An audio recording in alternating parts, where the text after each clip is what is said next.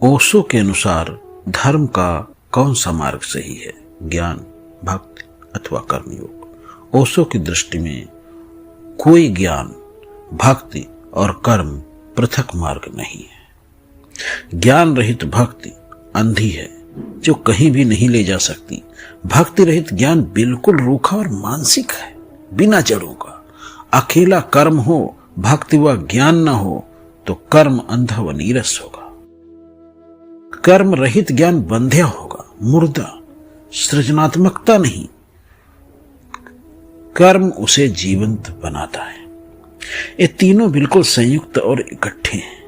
ऐसा कोई मनुष्य देखा है जो केवल हृदय हो, अकेला मस्तिष्क हो, सिर्फ शरीर हो? अगर इनमें से एक अंग प्रधान है तो वह मनुष्य अभी ठीक से संयम को, संतुलन को, स्वास्थ्य को उपलब्ध नहीं हुआ। ध्यान तीनों का प्राण है।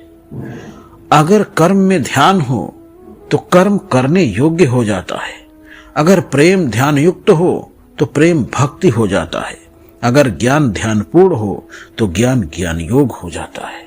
धर्म की उपलब्धि हेतु ध्यान एकमात्र उपाय है। तीनों मार्गों का समन्वय है।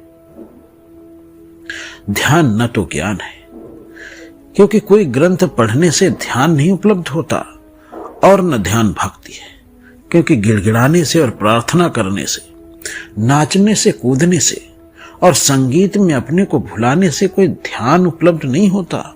न ही ध्यान मात्र कर्म है कि कोई कर्मठ हो, सेवा करे या कुछ करे। ध्यान तो जीवन में साक्षी भाव को स्थापित करने से उपलब्ध होता है।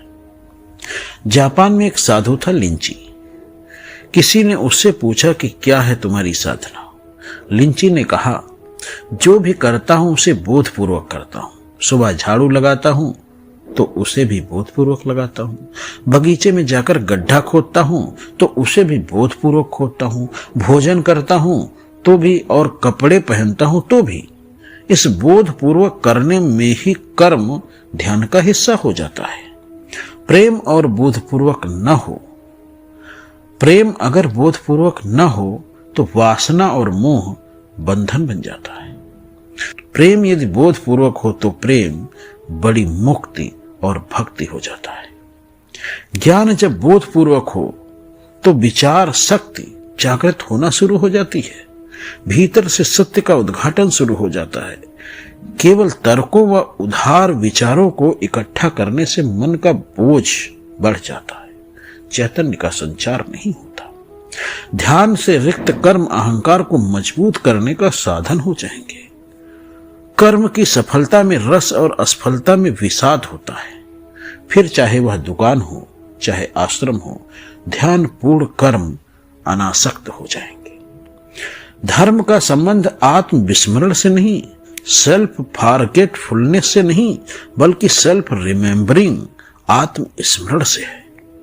जितना आपको सुबोध स्मरण में आएगा उतने ज्यादा आप स्वयं के निकट और परमात्मा के निकट होंगे। जितना ज्यादा आप अपने को भूलेंगे उतना ही ज्यादा आप स्वयं से दूर होंगे और परमात्मा से दूर होंगे। परमात्मा के निकट होने का द्वार स्वयं के भीतर है, वह सुबोध है।